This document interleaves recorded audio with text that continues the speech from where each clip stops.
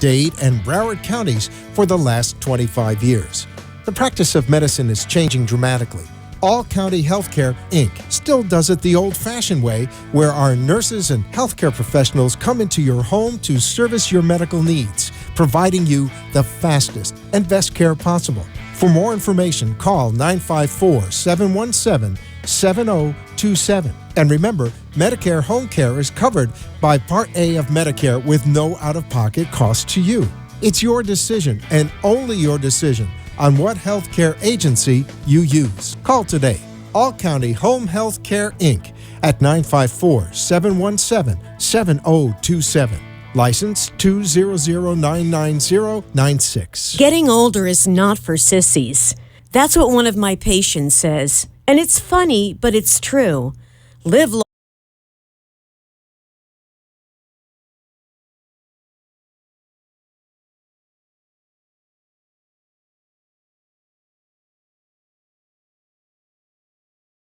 Your disease.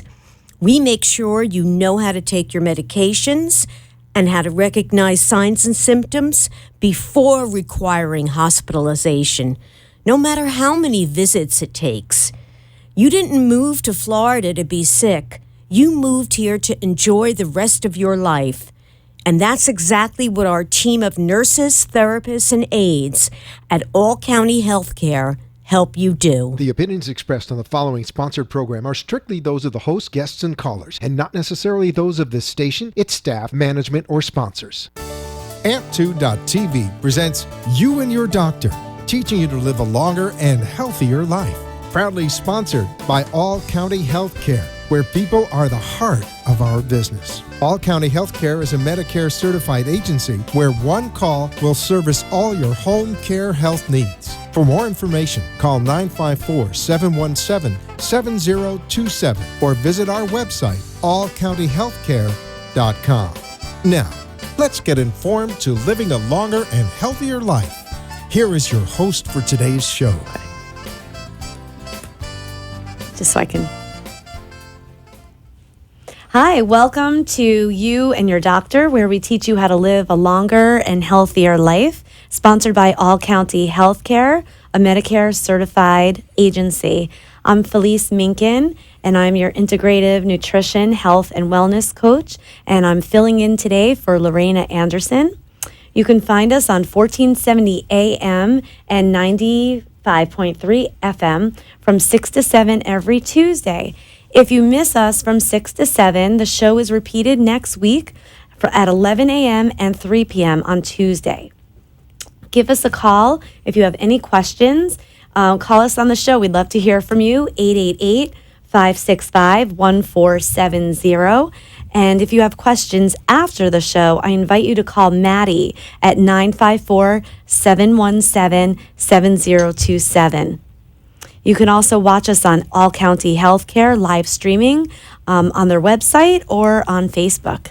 And today we have David DiPino from Tenant, Florida Physician Services. So thank you for coming on tonight. Thank you for having me on the show. I'm glad to be back on the radio. I used to be in the hot seat right where you are. I used to do a show on this network Mondays, 7 to 8 p.m. But now I'm doing a little PR for doctors for our multi-specialty group. Excellent. I represent 160 physicians across all three of our South Florida counties right here, Palm Beach, Broward, and Miami-Dade. Excellent, excellent. So I can probably learn a thing or two from you. So I'm happy to talk with you tonight.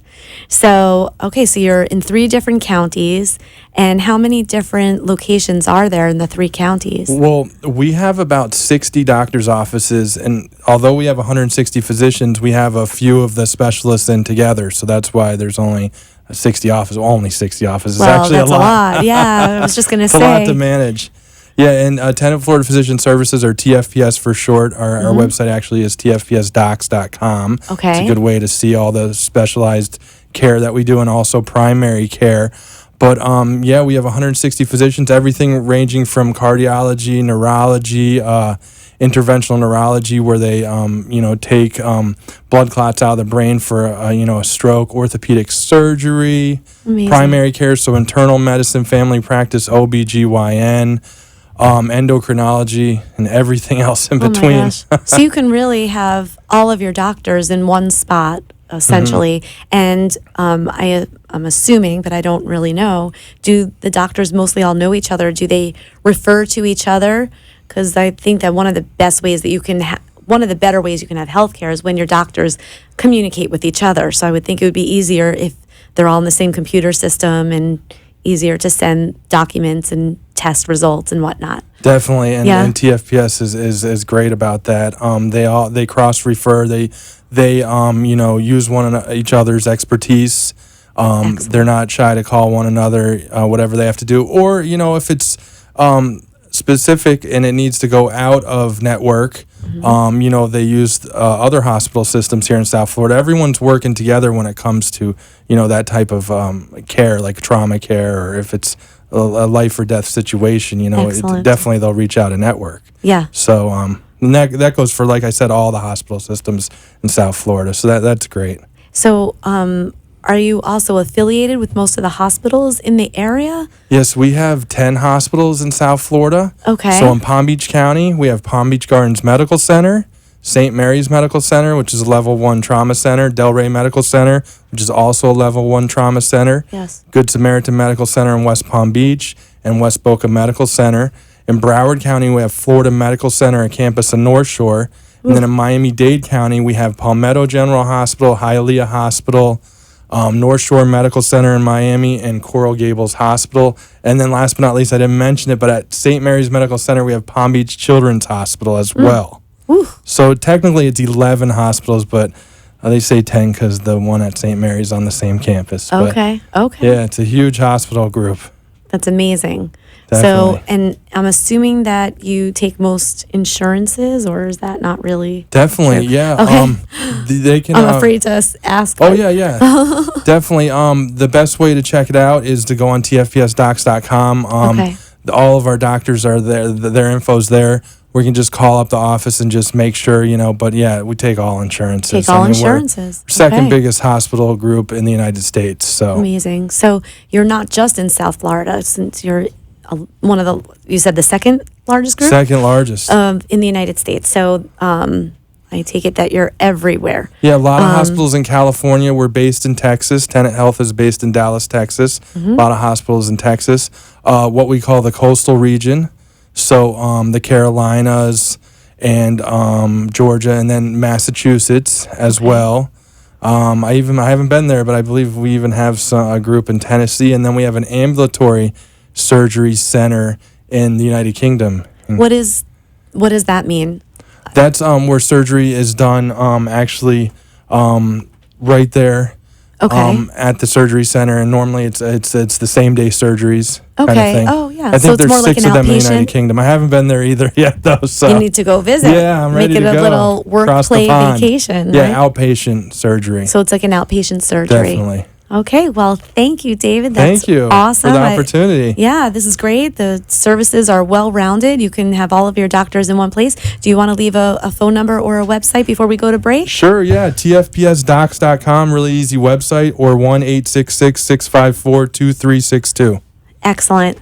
Thanks so much. We'll talk to you the next time. Thank you for having me. All County Healthcare, Inc. is locally owned and operated, serving the Tri-County area, Palm Beach, Dade, and Broward counties for the last 25 years. The practice of medicine is changing dramatically. All County Healthcare, Inc. still does it the old-fashioned way, where our nurses and healthcare professionals come into your home to service your medical needs, providing you the fastest and best care possible. For more information, call 954-717-7027. And remember, Medicare Home Care is covered by Part A of Medicare with no out-of-pocket cost to you.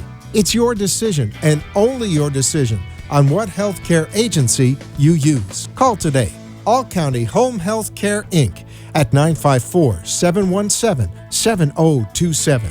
License 200999096. Hi, I'm Deanna Barron, RN, with All County Healthcare. You know how I know that I've done a good job? We say goodbye. After you understand the medications you take, Once you know that gaining 2 pounds in a day means you should call the doctor, when your wound is healed, when you can use your nebulizer all by yourself, when the goals that you and your all-county healthcare team of nurses, therapists, and aides established are met, we say goodbye. Very nice to meet you, and I hope I never see you again. And I mean that in the nicest way possible. You are listening to You and Your Doctor, Living Longer and Healthier, an informative show that helps you find answers to questions you always wanted to ask, but did not have that somebody that could make a difference in your life. Call into the show if you have a question at 888-565-1470, and we will put you on the air to inform all our listeners. Now, back to our show. Hi, welcome back to You and Your Doctor, where we teach you how to live a longer and healthier life, sponsored by All County Healthcare, a Medicare certified agency.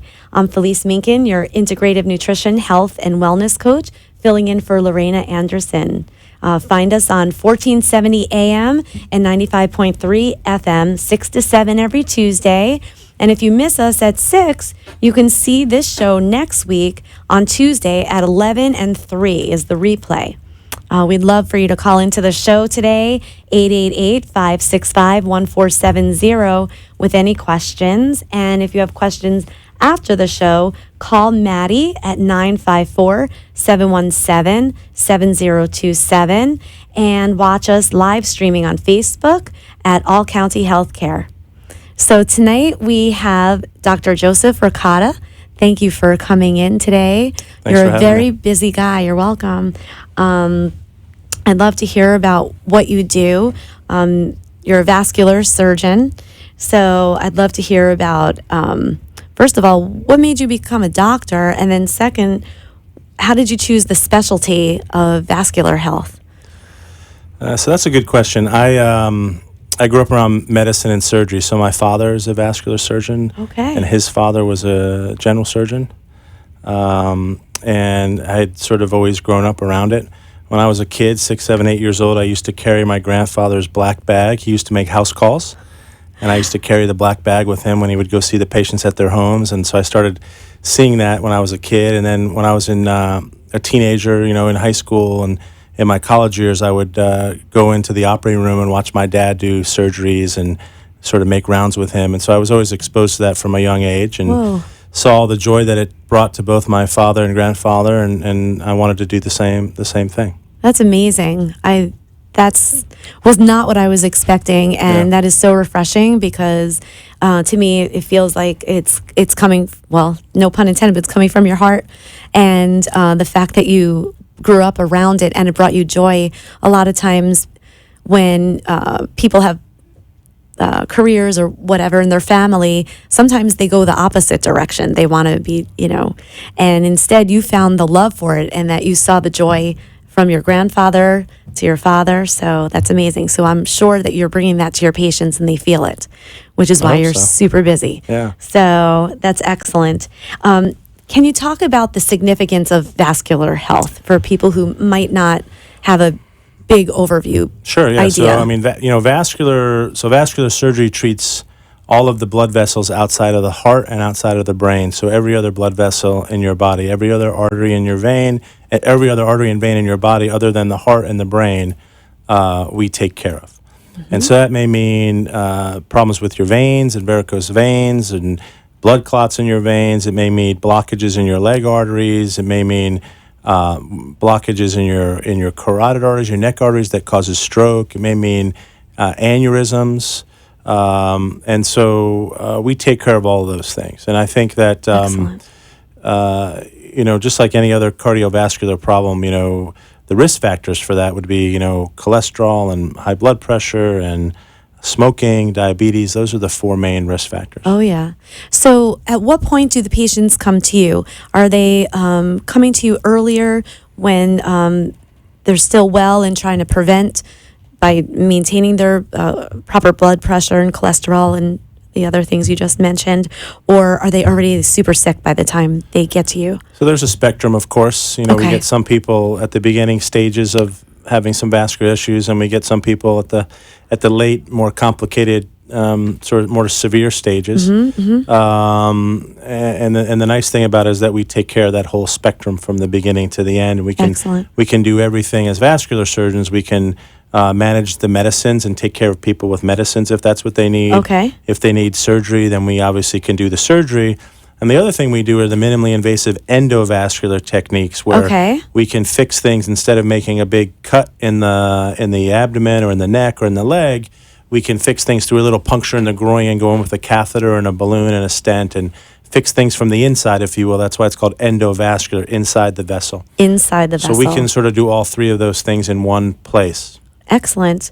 So, and that would result in smaller scars, and I would assume no no scar. No scar at all, just a needle puncture. Just a needle puncture. And much faster recovery. And faster recovery. Nowadays, if somebody has what we call PAD, or peripheral artery disease, for example. Yes. It's blockages in the leg arteries, okay? And that usually causes people to have leg pain when they walk, but it can also lead to gangrene or sores on the feet or things like that. Traditionally, that's been fixed with bypass surgery, where you make a cut all along the entire leg, and you sort of do a bypass from above the blockage to below the blockage. Okay. Nowadays, we can just go through with a little puncture in the artery. Excellent. And with wires and catheters and fix it all from the inside, instead of having the patients stay in the hospital 3, 5, 7 days and 3 months until they get back to normal. They go home the same day after 2 hours in the recovery room, and they're back to normal the next day. Back to normal the next day. The next day. That's incredible. And then one of the other things that we do at Delray Medical Center is we do endovascular robotics. Yes. So is this the Magellan robotic? The Magellan robot. Okay, so what is this? So just like many people may have heard of the Da Vinci robot, where surgically you can work from a console from a remote workstation, and you can control very precisely the instruments when you're doing surgery. We have the same thing for endovascular techniques, and so we can put the catheter and the wire inside the groin puncture in the artery, and then we have the robot, and I can sit at a console with a bunch of knobs and buttons, and we can remotely control the wire and the catheter and navigate through the patient's arteries and vessels. And it allows you an incredible amount of precision and control. And what the data has shown is it leads to more efficient procedures. In other words, the procedure time is decreased because you don't have human error involved. Okay. You use less radiation, you use less contrast, and the outcomes are better. So patient outcomes are better. Wow. There's 10 robots in the world that are functioning right now, and we're fortunate enough to have one at Delray Medical Center. Yes, you're the first in Palm Beach County, correct? And we did the first case from actually Broward County all the way up to the Florida-Georgia line. We did the first case in early November of 2016. I did the first case in the southeast United States in 2014. Excellent. And we've done our robotics program. We've done more than anybody in the world at this point. So did this take a lot of extra training in addition to, you went back to for a certificate for this, or what did this entail for you? So it took some extra training. You when you're a vascular surgeon, a lot of times you have to do some extra training to be proficient in the endovascular techniques, right. The catheters and balloons and stents. And then I sort of got involved at the inception. So when they were building the robot and creating it, I actually helped the engineers of the company that made the robot design it. Whoa. And so I was involved How did you get involved in this? They came and asked me if I could help them, and so I was involved in some of the very early testings on the bench tops and some of the animal model testings, and sort of helping the engineers understand what's important in the vascular world as opposed to maybe another space like the neurovascular or the cardiology space. And so I sort of, I guess maybe was grandfathered in, if you would, because I was involved while they were still building the robot and making it. And well, you helped I had them that advantage. Right. And it was your advantage to help develop it. It's their advantage to get the doctor's perspective as opposed to just somebody who's just going to test it. So I keep wondering, as you're speaking to me about this, how steady does your hand have to be? I mean, I've done art before and painting and whatnot, but this is life or death. This is going into people's veins.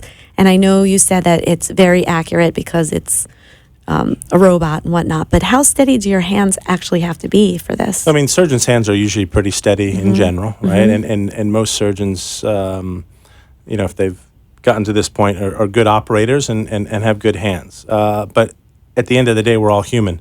And so what the robot does is it takes that human chance of error out of the equation. So you're controlling the knobs and the buttons, sort of like a video game, if you will. Yes. And the robot is moving the wire and the catheter, and so the robot is incredibly stable, and you don't have any movement, any shaking, any inadvertent movement of the wires.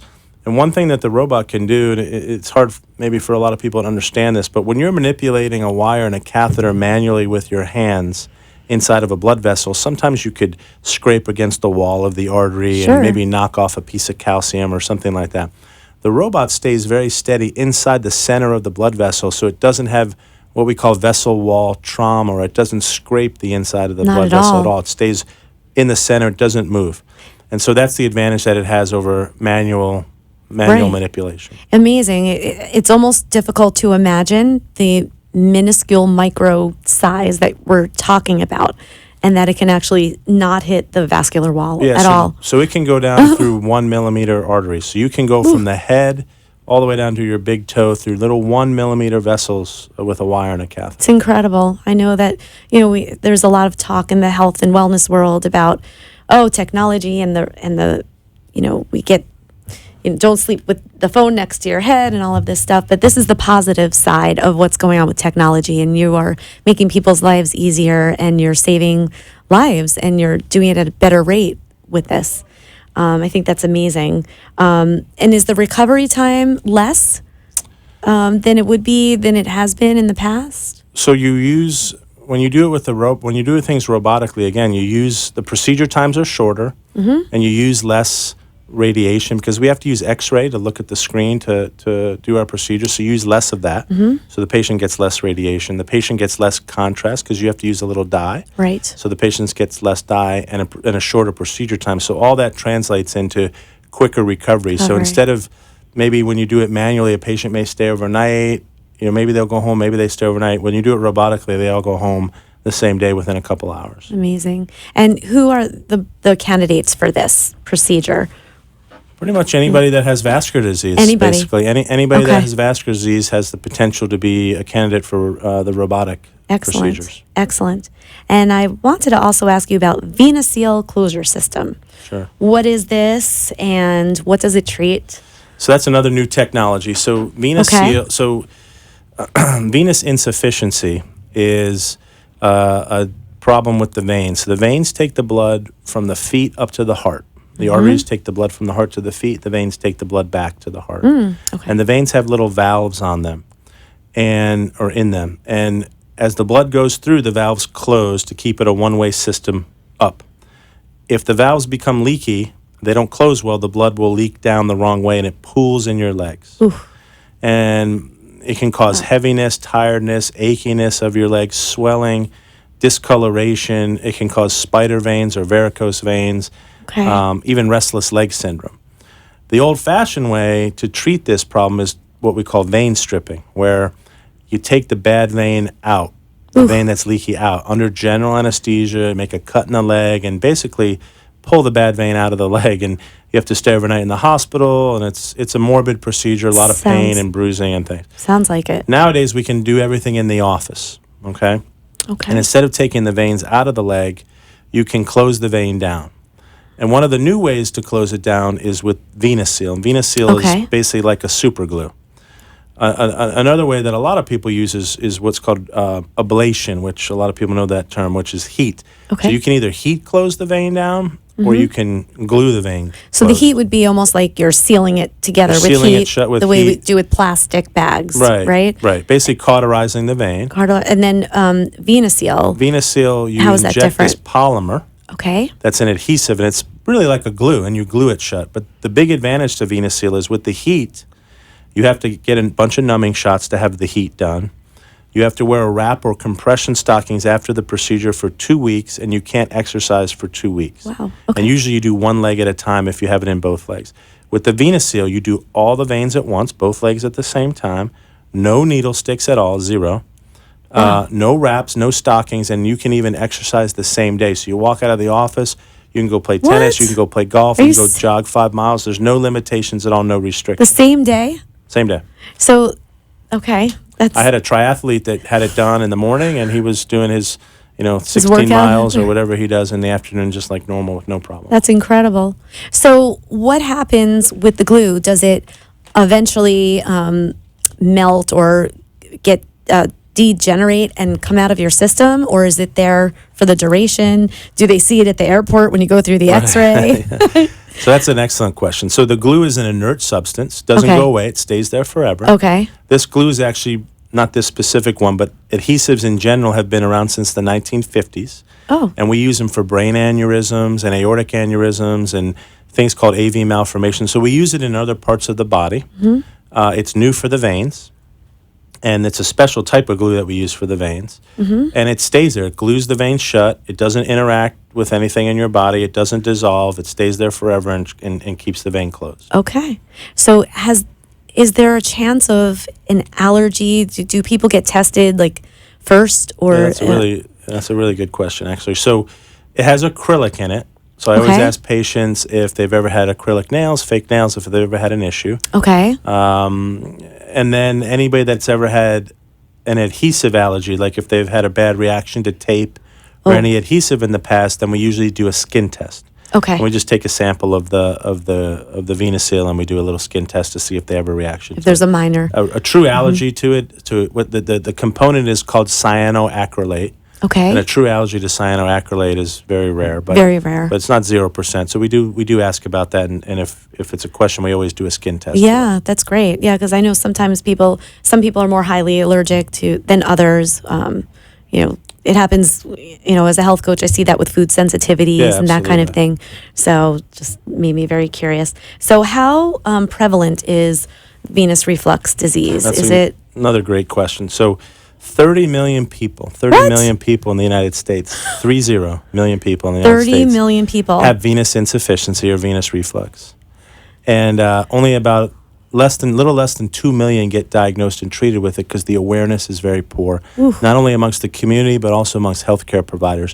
People think it's part of getting old, it's a cosmetic problem, don't worry about it. But this problem causes real symptoms for patients: heaviness, tiredness, achiness of the legs, burning, itching, restless leg syndrome, swelling, varicose veins. It's such an easy thing to fix now, especially with venous seal, but even with ablation. Both of those procedures are easier than going to the Easy. dentist. Okay. But a venous seal is much easier. So to me, it's a no-brainer to at least look for it. And if you have it, it can make you so much better with really very low risk to the patient. Excellent. Well, we're coming up on our break, so I want to thank you for coming. And if people want to get more information about all of your services, where can they find you? Website, email, phone number? So our office is 4205 West Atlantic Avenue, Right. between Military and Congress in Delray Beach. Phone number is 561-303-0013. And website, drjosephricotta.com, JOSEPHRICOTTA. Thank you, Dr. Ricotta. All right. This has been really interesting, and you have great information, and I can feel that you are a great doctor. I would send my family to you. Appreciate so it. Thank you for coming. Thanks for having me. Excellent. Thank you. Hi, my name is Deanna Barron. I'm an RN with All County Healthcare. I used to work for this huge corporate-owned home health agency, and I was always worried that they wouldn't let me make enough nursing visits to be sure that your wound was fully healed, or that you were completely comfortable checking your husband's blood sugar level and giving him the correct dose of insulin, or that your mom's lingering cough was the end of her bronchitis, not the beginning of a new episode. The owner of All County Healthcare always says, give the patient what they need, and he means it. At All County Healthcare, I see my patients until their goals are met, and I never worry. I hope you never need a nurse to come to your home, but if you do, tell your doctor, I want All County Healthcare. All County Healthcare, Inc. is locally owned and operated, serving the Tri-County area, Palm Beach, Dade, and Broward counties for the last 25 years. The practice of medicine is changing dramatically. All County Healthcare, Inc. still does it the old-fashioned way, where our nurses and healthcare professionals come into your home to service your medical needs, providing you the fastest and best care possible. For more information, call 954-717-7027. And remember, Medicare Home Care is covered by Part A of Medicare with no out-of-pocket cost to you. It's your decision, and only your decision, on what healthcare agency you use. Call today. All County Home Health Care, Inc. at 954-717-7027. License 200999096. You are listening to You and Your Doctor, Living Longer and Healthier, an informative show that helps you find answers to questions you always wanted to ask, but did not have that somebody that could make a difference in your life. Call into the show if you have a question at 888-565-1470, and we will put you on the air to inform all our listeners. Now, back to our show. Okay. Hi, welcome back to You and Your Doctor, where we teach you how to live a longer and healthier life, sponsored by All County Healthcare. It's a Medicare certified agency. I'm Felice Minkin, your integrative nutrition, health, and wellness coach, filling in for Lorena Anderson tonight. You can find us on 1470 AM and 95.3 FM, 6 to 7 every Tuesday. We will, if you miss any part of the show, we will repeat this show next Tuesday at 11 a.m. and 3 p.m. So feel free to jump on then. Give us a call tonight if you have any questions. 888-565-1470. And if you happen to think of your question after the show is over, call Maddie at 954-717-7027. So feel free to watch us live streaming now on allcountyhealthcare.com or on their Facebook page.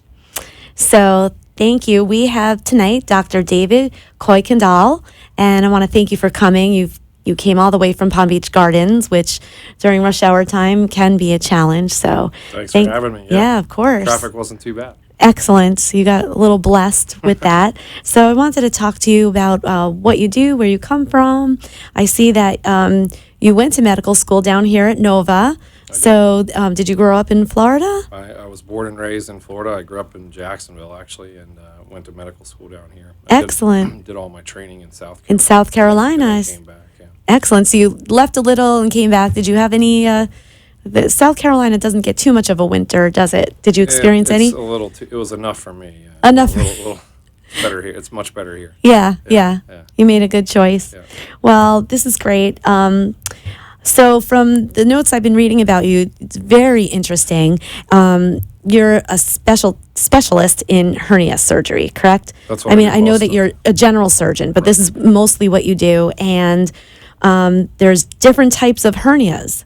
So can you talk to me about the different types of hernias and when is surgery actually necessary? When can it be treated without surgery? Sure.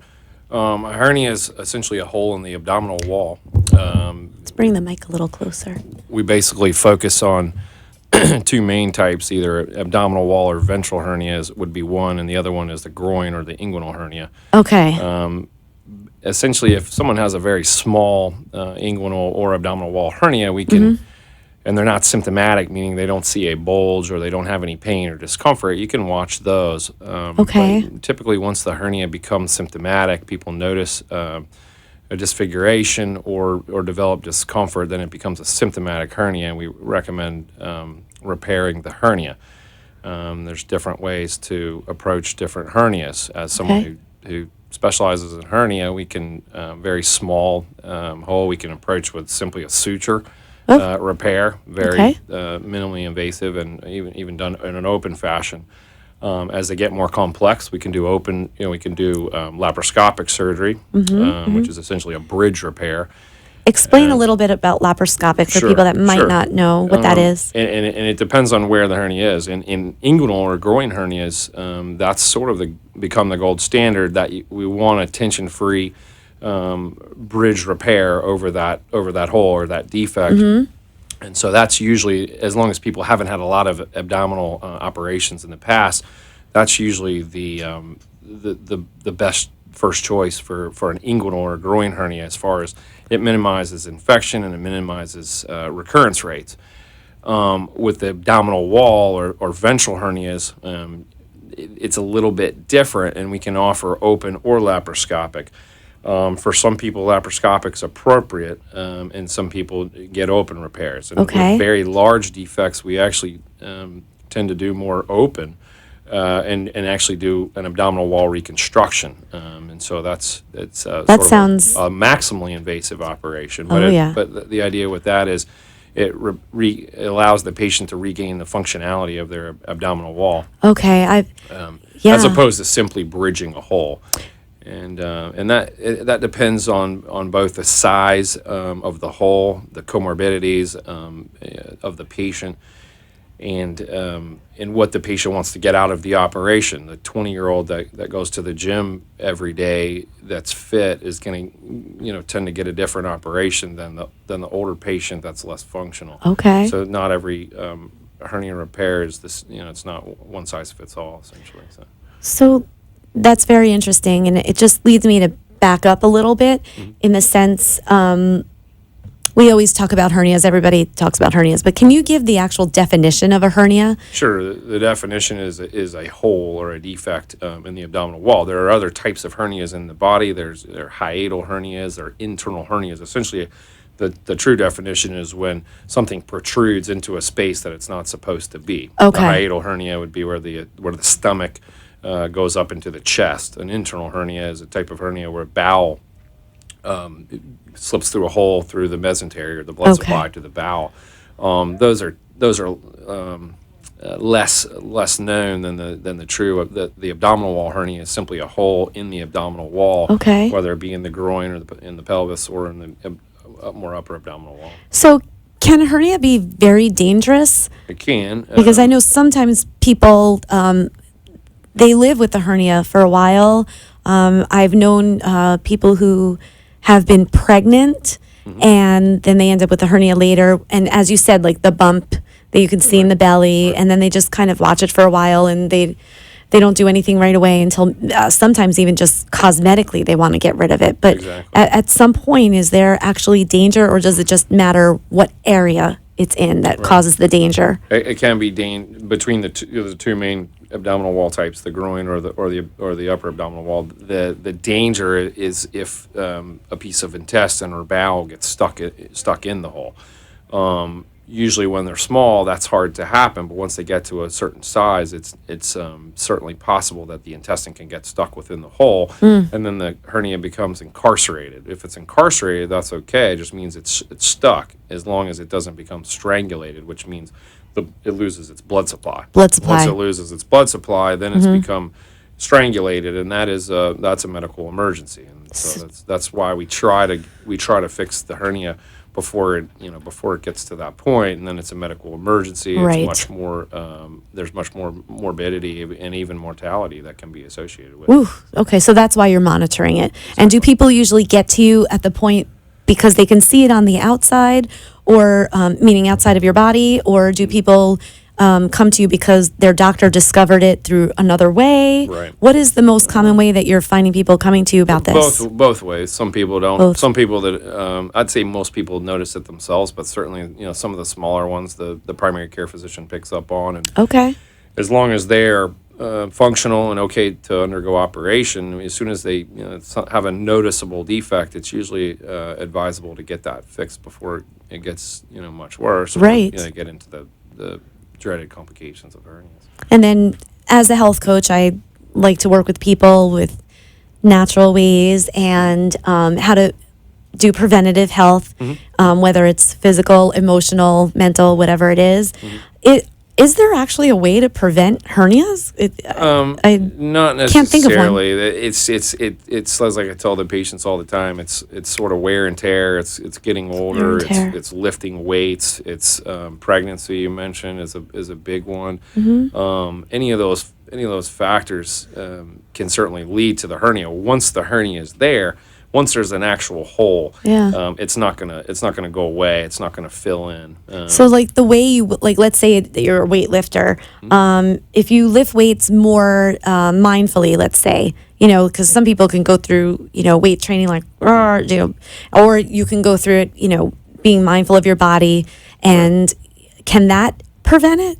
Or it's really just luck of the draw? It's probably more promotes it than prevents it. I think it's just okay. Yeah, I think more weightlifting is probably, while it's good, and we can't argue with tell people not to weightlift, but if they're prone to hernias, then it's no good. It's probably not going to help them, right? And what about yoga? Would that help prevent it if you are a weightlifter to have it? I don't think it would. I don't think it's less less straining. Anything that strains the abdominal walls can essentially cause it. I see people come in that had a cold and a cough, and they come in and boom. There, I noticed the hernia. Okay. So certainly anything that increases the pressure within the abdominal wall, it can certainly, because most hernias are within the abdominal wall, correct? Right. Those are the most common. Either in the groin or in the groin, belly button, or right. And then the last question about hernias, and then I want to go on to some of the other surgeries that you do. Could it be genetic? I think there is a genetic component. Sure, there is. There's anybody that has a lack of collagen, and there's certainly people that are prone to it. Patients that are vascular patients that have abdominal aortas have been known to have a higher incidence of hernia. Okay. So definitely a genetic. And then you can be a little more aware of what kind of activities you choose to do for your body. Watch that, right. Okay. People that work a lot and do a lot of lifting, and I see a lot of those. Like, get a lot of workers' compensation cases where people do heavy lifting for their job, and so they're just prone. Because it's repeated. Every day, repeated heavy lifting, they're going to be prone to that makes sense. Developing hernias, sure. Oh, yeah. Now, I see that you don't just do hernias. Okay. When we come back from break, let me find out where you... Let's get your information because we're coming on to break, so sorry. But because I wanted to say that you also do other surgeries, colon, rectal, gallbladder, besides hernia. So if people want to get more information about you and how to find you, can you tell me your website, your phone? Absolutely. My address is 3375 Burns Road. That's in Palm Beach Gardens, Florida. The zip is 33410. And your website? I don't. Just the Tenant Florida Physicians just website. Tenant Florida. You can find my name. Okay, and the phone numbers, yes, 561-622-6550. Excellent. That's the easiest way to get a hold of us. Well, thank thank you so much for coming on the show. This was very informative and interesting, and we will see you on the other side. All County Healthcare, Inc. is locally owned and operated, serving the Tri-County area, Palm Beach, Dade, and Broward counties for the last 25 years. The practice of medicine is changing dramatically. All County Healthcare, Inc. still does it the old-fashioned way, where our nurses and healthcare professionals come into your home to service your medical needs, providing you the fastest and best care possible. For more information, call 954-717-7027. And remember, Medicare Home Care is covered by Part A of Medicare with no out-of-pocket cost to you. It's your decision, and only your decision, on what healthcare agency you use. Call today. All County Home Health Care, Inc. at 954-717-7027. License 200999096. Getting older is not for sissies.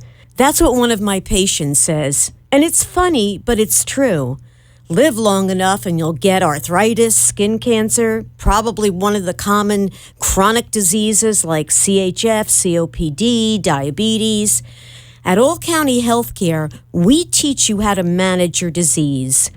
We make sure you know how to take your medications and how to recognize signs and symptoms before requiring hospitalization, no matter how many visits it takes.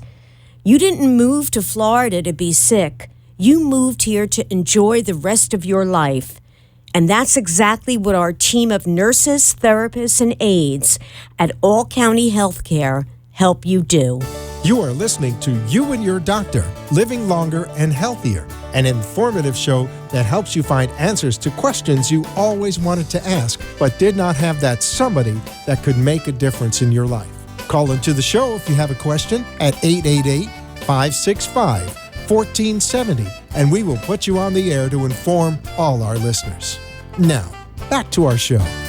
Well, I was up in... Hi, welcome back to You and Your Doctor, where we teach you how to live a longer and healthier life. Sponsored by All County Healthcare, is a Medicare certified agency.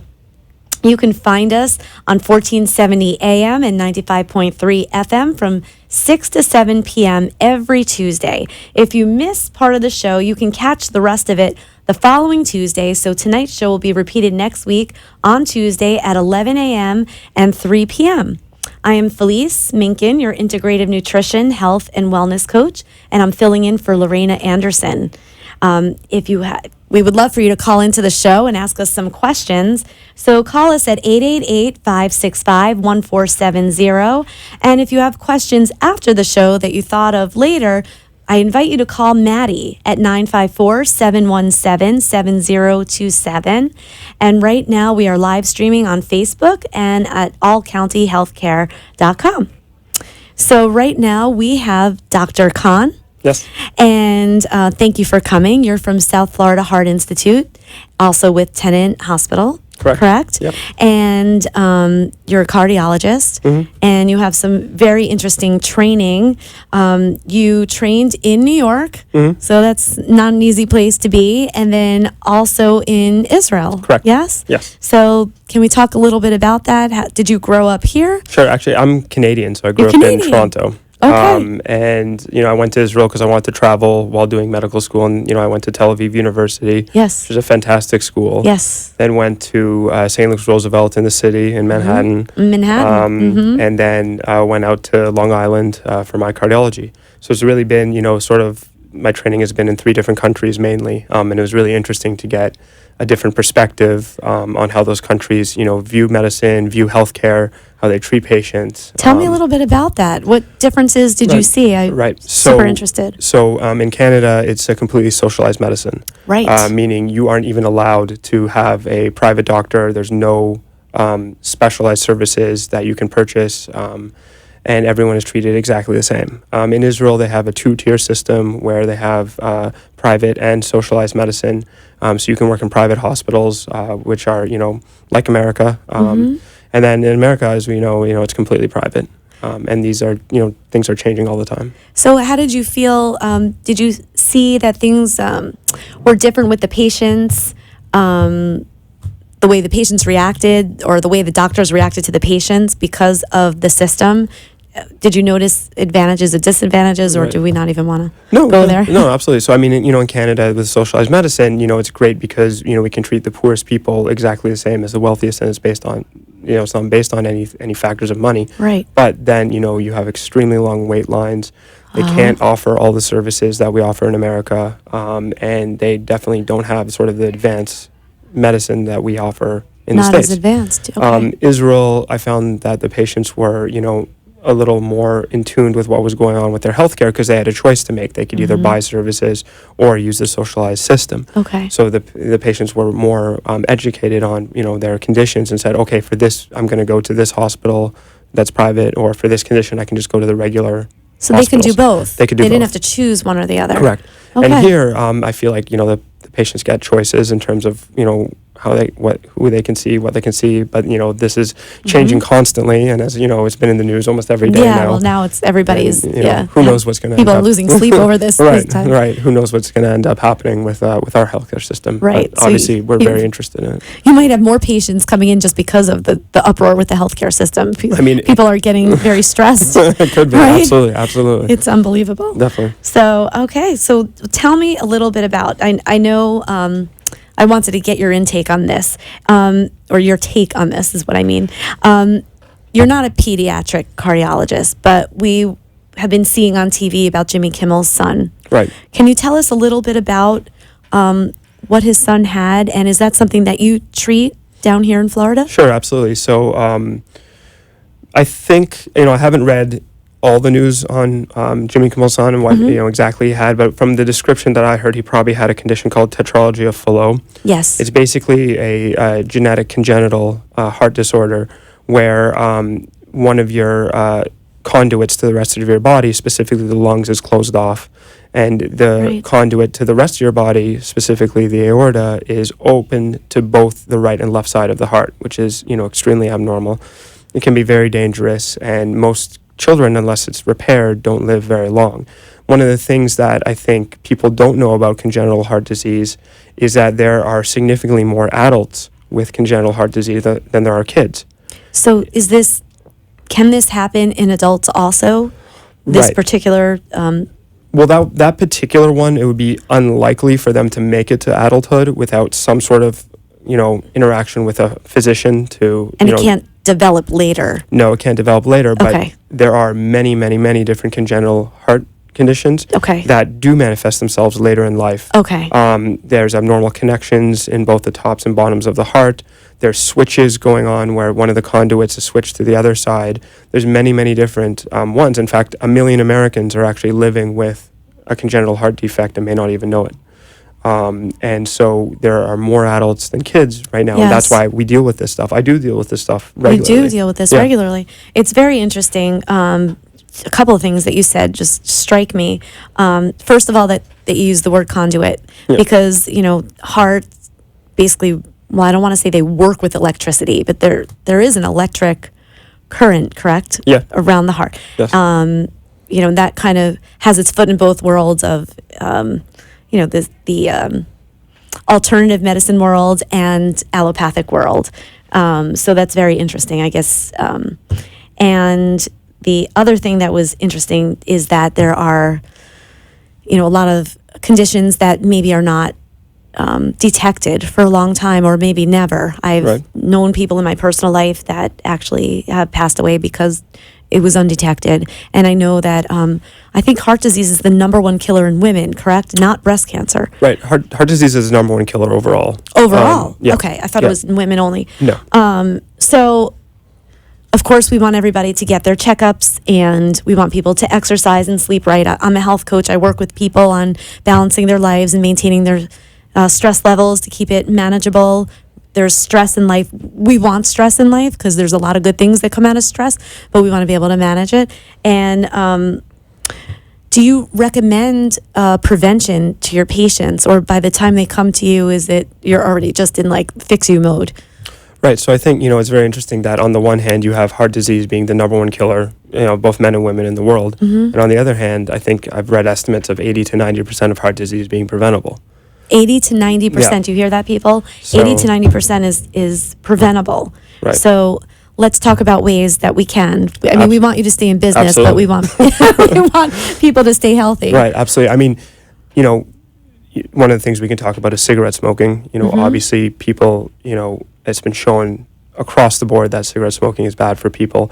I think one of the interesting trends we're seeing now is, the use of e-cigarettes and, vaporizers and so forth.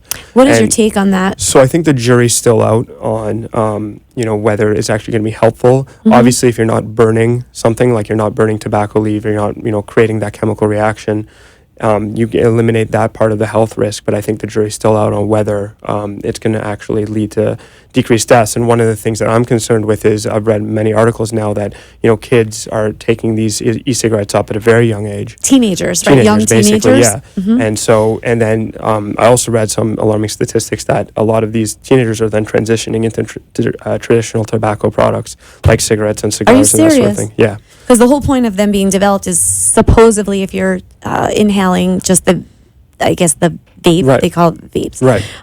that this would be healthier. Right. But I look at it and you're still inhaling something. Right. So Right. I interrupted you, I think. No, it's Please okay. go on. So, I mean, they still have like polyethylene glycol and other known carcinogens in them. Mm-hmm. So it's not like you're just inhaling water.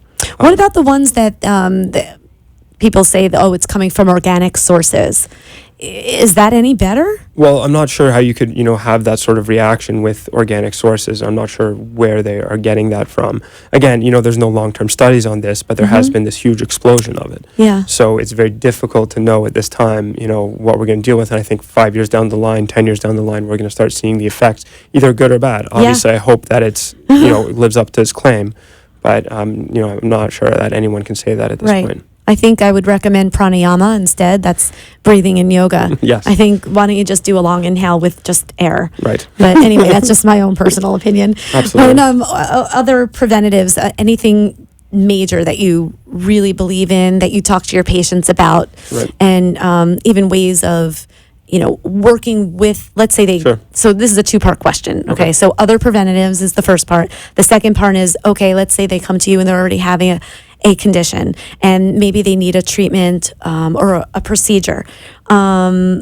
Do you also recommend, in addition, in combination, other things that they can do in their daily lives to be their own health advocate and help themselves feel better? Absolutely. So, one of the things that I find, most interesting is if someone walks for 150 minutes a week. I Okay. didn't say a day, I said a week. 1 week, 150 minutes. Yeah, it's been shown to decrease their chance of dying. So divided by 7 days, Yeah, it's what is like- the math? Is that 30 minutes a day, maybe? 30 minutes a day, Okay. maybe even less. Maybe even less. Yeah. Okay, so, Yeah. and that's just walking, people. So you can walk your dog, walk with your children, Yeah. walk with your spouse, or with yourself. So you're either getting your own personal time, which so many people feel like they don't have, Right. or you can also have the benefits of having a greater relationship with people in your lives. Absolutely. So it has multiple benefits. Absolutely. And then to the second part of your question, I think it really would depend on the condition. Actually, sometimes if we're gearing up to, fix someone's heart or something, sometimes we don't want them exercising that much. Right, But then of certainly course. afterwards, after they recover from their surgery or valve replacement or what have you, exercise across the board has been shown to be beneficial. How soon do you have people exercise? I guess it depends on the Yeah, procedure that you do. And, right. and I'd like to talk with you about the different procedures that you do. Sure. But, okay. But anyway, Yeah, so absolutely. So I do a lot of the non-invasive stuff. So I do a lot of imaging stuff.